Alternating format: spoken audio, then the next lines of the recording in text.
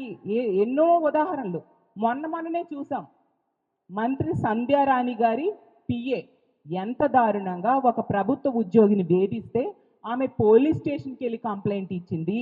అలాగే మీడియా ముందుకు వచ్చి ఏడ్చి తన బాధని చెప్పుకోవడం జరిగింది. కనీసం పోలీసులు స్పందించారా? తిరిగి ఆమెకి పోలీస్ స్టేషన్స్ చుట్టూ తిప్పడం జరిగింది. హాస్పిటల్ తీసుకెళ్లి పరీక్షలు చేశారు. కోర్టు ముందు స్టేట్మెంట్ ఇప్పించారు. మరి ఈ పని చేసిన సంధ్యారాణి గారి పిఏకి ఎటువంటి శిక్ష మీరు వేశారు? కనీసం అరెస్ట్ చేశారా? అతనికి పోలీస్ స్టేషన్కి తీసుకొచ్చారా?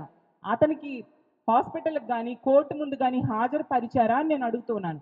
అంటే బాధించిన వాళ్ళు కాకుండా బాధించబడిన వాళ్ళకే మీ ప్రభుత్వంలో శిక్షలు ఉంటాయి, ఈ విధంగా వేధింపులు ఉంటాయి అనడానికి తాజా ఉదాహరణ. ఎంత దారుణంగా ప్రభుత్వ ఉద్యోగి అయిన మహిళ ఈ విధంగా ఒక మంత్రి పిఏ వలన వేధించబడితే కనీసం రెస్పాండ్ కాని పరిస్థితి మనం చూస్తూ ఉన్నాము. అలాగే పోలీసులు రెస్పాండ్ కావట్లేదు అనడానికి ఎన్నో సంఘటనలు తీసుకుంటే రాంబిల్లిలో మనం చూసాం.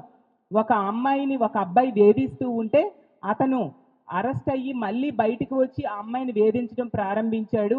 ఆ ఇంట్లో వాళ్ళు కంప్లైంట్ ఇస్తే పోలీసులు రెస్పాండ్ కాకపోతే ఆ వ్యక్తి వచ్చి ఇంటికి వచ్చి ఆ అమ్మాయికి పీక కోసి చంపేయడం జరిగింది.